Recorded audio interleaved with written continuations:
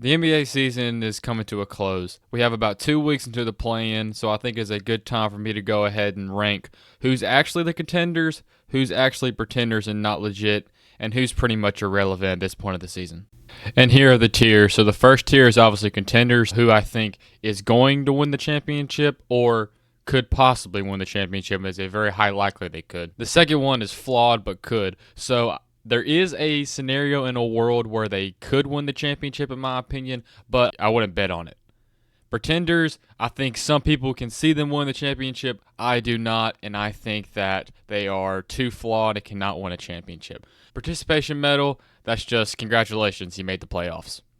You're not going anywhere, but you made the playoffs, so good job. Might as well be eliminated, so you're not mathematically eliminated yet, but you're pretty much eliminated because you're either just going to lose in the play-in or you're not even going to make the play-in at all. And then eliminated, you're already mathematically eliminated, so your season's already over with, and you're watching Duke right now to see what Cooper Flag does next. Now, I'll go ahead and warn you, some of these teams I'm not going to talk about much because there's no point in me really talking about them if they're already eliminated. Like the first team about the Washington Wizards, your season's been over. Next team we have is the Warriors. I actually have them in the flop, but could, mainly because they do have some championship DNA in Stephen Curry, Draymond Green, of course. Jimmy Butler has been to 2 NBA championships, has had deep playoff runs and deep playoff success. Steve Kerr is obviously a championship winning coach, and the Warriors just have a championship culture. Now, they are very flawed because right now Draymond Green is basically playing center at quitting post. So that could lead to mismatches when they face bigger teams like the Timberwolves, for example. But they have to play Jokic, people like that. So that could cause problems. But they're playing really good right now, and I'm not betting against Steph Curry in the playoff series at all because he can get hot and just take it over.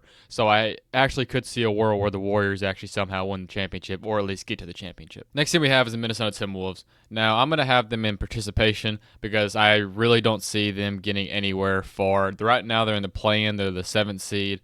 They could potentially move up. Maybe they don't end up in the play-in with probably Memphis dropping down. I do think they're going to make the playoffs even if they have to go through the play-in. Anthony Edwards is playing incredible this season. The Julius Randle fit really hasn't worked out, and they should never have traded Karl-Anthony Towns.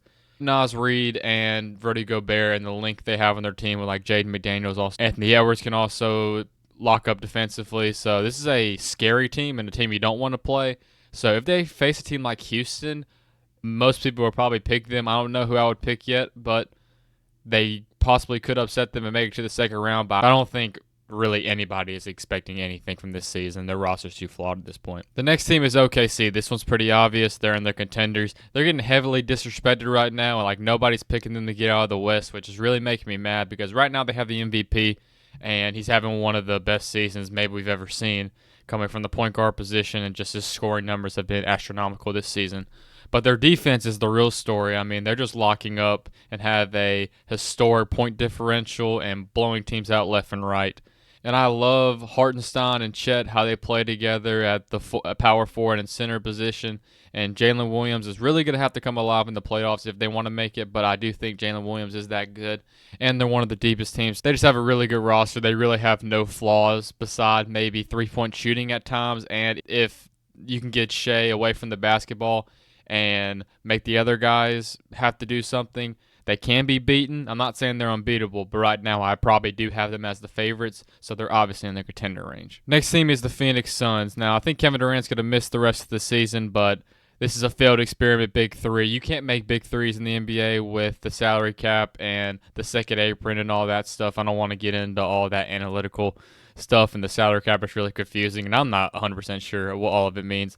But to keep it short and simple, you can't have super teams anymore, and you can't have 3 max players, or your roster's going to be super duper limited. So the Suns is just a failed experiment with Devin Booker, Kevin Durant, and Bradley Beal, and they can't get rid of Bradley Beal because he has a no-trade clause, so they might as well be eliminated. They won't even make it to the play-in, in my opinion. Same thing goes with the Spurs. Wemby went out for the rest of the season, which was sad, and then De'Aaron Fox is also having a season-ending surgery. So this team is going to be eliminated in the next few days. Maybe before this episode even comes out, the Spurs will go ahead and be eliminated, so their season's over. They're just waiting on next year. Same thing with the 76ers. Actually, they have been mathematically eliminated. It's just been a season of injuries and just disappointment from the 76ers, so there's not much to talk about there. And then the next team is the Houston Rockets. Now, they are very young, and they have had a surprising team, but I do have them in the pretenders range because none of their players really have any playoff experience at all. So that's really going to hurt them going down the line. Now, they are the 2 seed right now. Maybe Denver catches them, but I think they're probably going to stay, even though Houston has a brutal schedule going on. But I know everybody in the West, if you're a lower seed, you want Houston in the first round, and obviously anybody would want them because of their youth right now. But the Rockets are a very good team. They're just lacking experience at this point, so I have them in the pretenders. Next team is the Raptors. Scotty Barnes got hurt, and this is not a very talented roster. And I don't think Brandon Ingram has even played a game with the Raptors yet for some reason. I don't know what's happening there. They're clearly tanking, so they're not mathematically eliminated yet, but they will be in the next few days, I imagine. Next, we have the Detroit Pistons, which is probably the shock of the year so far. Right now, they're the 5 seed when I'm recording this. I don't think they'll catch Indiana, but they would play Indiana in a series right now if everything stayed the same. I'm going to have them in the pretenders once again. They're just too young. Kate Cunningham is having an unbelievable year, and he'll make probably second team All-NBA this season. He's been incredible, but this team's just too young. It doesn't have enough playoff experience. Pelicans have already been eliminated. Not much to talk about there. And then the next team we have is the Pacers. Now, the Pacers I'm actually going to put in flawed but could, because the way they play and how Rick Carlisle has that system with Tyrese Halliburton and Siakam's playing amazing, Nembhard. I mean, everybody on that team, they just run. And they cause problems a lot. And like I said earlier, Siakam's having a great year. In the second half of the season, Tyrese Halliburton has been great. So I actually could see a world where the Pacers could actually upset maybe 2 of the other teams in the East that I'm going to talk about later that will be in the contenders range. But it's not very likely, and I wouldn't bet on it. Next thing we have is the Denver Nuggets. Now, I'm going to put them in... If it was a middle range, I'd probably put them there. But I'm going to put them in flawed, but could, just because Jamal Murray can get hot in the playoffs, and he is known to be a playoff rouser. So I'm going to put them there. But beside Jokic, this team is very limited. Their defense is in and out, and Jokic can't defend, and he doesn't help anything on the defensive end. Now, offensively, Jokic is having one of the greatest offensive seasons we've ever seen. He won't win the MVP because the narrative right now is with Shea, and OKC has just been that good this season. But the roster is very flawed. I mean, their three-point shooting is not very good. Michael Porter Jr., if he's not wide open, he's not going to make a three, and he can't really create for himself. Jamal Murray has been up and down. Aaron Gordon's been hurt most of the year, and Christian Brown and Russell Westbrook can either get really hot from three or just really cold. So I have them in the flaw, but they could because they do have the best player in the world. Nets already been eliminated. Now the Mavericks, since Anthony Davis has been back, they're undefeated somehow as I'm making this video. But right now they are the 9 seed, and I don't really see a world where they make the playoffs, unfortunately. They've just been ravaged with injuries, and they traded away Luka. So I'm going to have them as the might as well be eliminated.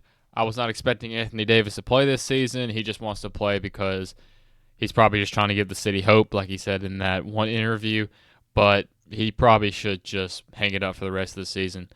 And I have them as their season over at this point. Next thing we have is the Orlando Magic. They are in the 8th seed right now, but I'm going to have them in the participation medal. I do think they're going to make it through the play-in because Paolo and Franz, they should be good enough, and their defense as a whole should be good enough. They're going to get absolutely destroyed by the top 2 seeds in the East right now, but I do have them making the playoffs because I think they have too much talent, and their defense is very good. Now, offensively, but I do have them going to make the playoffs. Next team we have is the Lakers.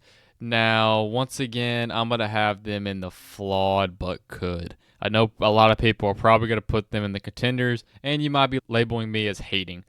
But after the honeymoon stage that the Lakers went through where they traded away Anthony Davis and they were playing on their hot streak, it hasn't really looked very good. Their defense has been subpar. Now, they had a brutal schedule and they had multiple back-to-backs, and JJ Redick said they looked tired and they are exhausted. But that's just an excuse. You just have to kind of play through it. LeBron is 500 years old at this point, and Luka doesn't play any defense. And that fit between them two still hasn't really gelled completely, which they don't have that much time to gel completely. And I imagine LeBron's going to start load managing towards the end of the season. They won't make it to the play-in or anything, But I do think that what we saw when Luka first got traded and how good they were, I think that was a fluke. But I also think how bad they've played in the last couple of games is a fluke. I think they're somewhere in the middle of that. Now, Luka and LeBron could both easily take over the playoffs and they could win the NBA championship, but I personally would not bet on it, so I have them in the flawed. Next thing we have is the New York Knicks. Now, I'm actually going to put them in the pretenders range because in a playoff series, if the Pacers play the Knicks, I think the Pacers actually beat the Knicks because the Knicks just can't beat good teams. I don't know what it is about them, and Jalen Brunson is hurt. I don't know if he started playing back again. I don't think he's playing, but I think he will be back for the playoffs. But Karl-Anthony Towns is just not a rim protector, and defensively, they've been a complete disappointment. And Mikal Bridges has been a very big disappointment, especially because what he got traded for, 5 or 6 first-round picks. So that was just a complete whiff.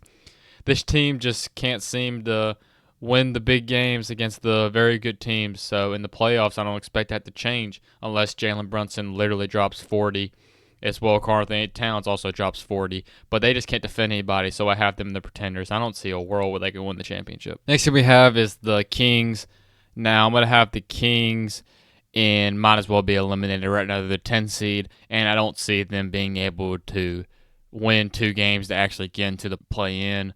Now, I do somewhat like their roster, but the roster is also very flawed. Zach LaVine, DeMar DeRozan, the fit is actually not seamless, even though they've played together forever. Malik Monk, being a point guard, has helped them, and Sabonis is a very underrated player.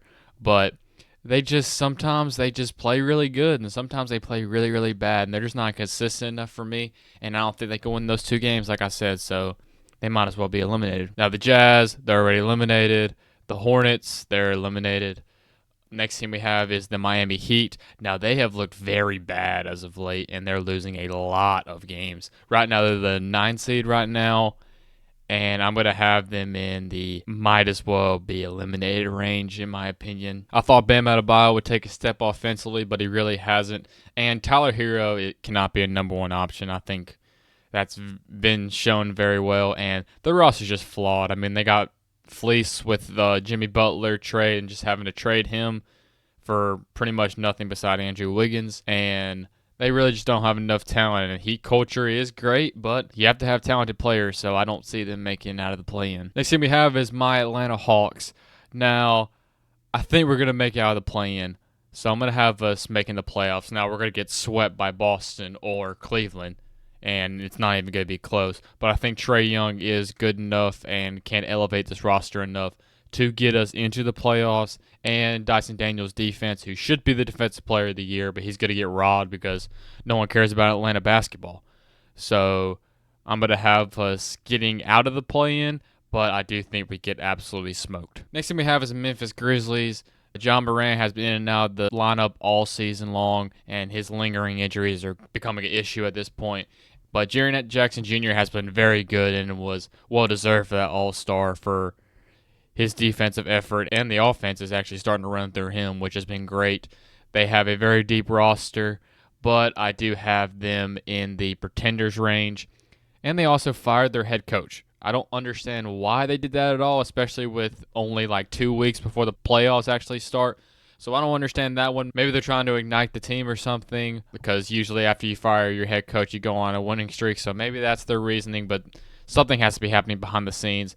But even with their head coach, I don't see them really going anywhere, and I had them as pretenders, unfortunately. And they keep sliding down the standings, so maybe John Morant can work some magic, but I have them in the pretenders. Next, we have the Los Angeles Clippers. I have them making the playoffs, so I'm going to have them in the participation medal tier. James Harden has been really good at points of the season. Norman Powell has played amazing somehow, and Zubac has also played great this season, and maybe he should have made the All-Star team. He played amazing this season, but their defense has been locked down. Ben Simmons has actually been a decent pickup for them. I don't see them making it out of the first round or anything, but I do see them making it out of the play-in, and I have the Clippers making the playoffs in the participation. Next thing we have the Boston Celtics. They shouldn't be a surprise to anyone. They're the contenders, the reigning NBA champs, and they're probably going to win it again if I had to guess. Jason Tatum is going to make first-team All-NBA again. Jaylen Brown, who I'm personally not the biggest fan of, is still a star in this league, and he is the reigning Finals MVP. So I do have to give them credit for that. But their defense is really good. Derek White is a very underrated player. Drew Holiday can still lock up defensively. And Porzingis, who, in my opinion, has actually become their second best player offensively, is the spark they need. Peyton Pritchard, probably going to win Sixth Man of the Year if I had to imagine, has played great this year. And they've already proven that they can win a championship with how they play, even though they chunk up way too many threes, in my opinion. But they won the championship, so they're obviously in the contenders. And same thing with the Cleveland Cavaliers. Now, they actually have been losing games as of late. But March basketball, you kind of lose focus because it's kind of the null point in the year, and you're just like, eh.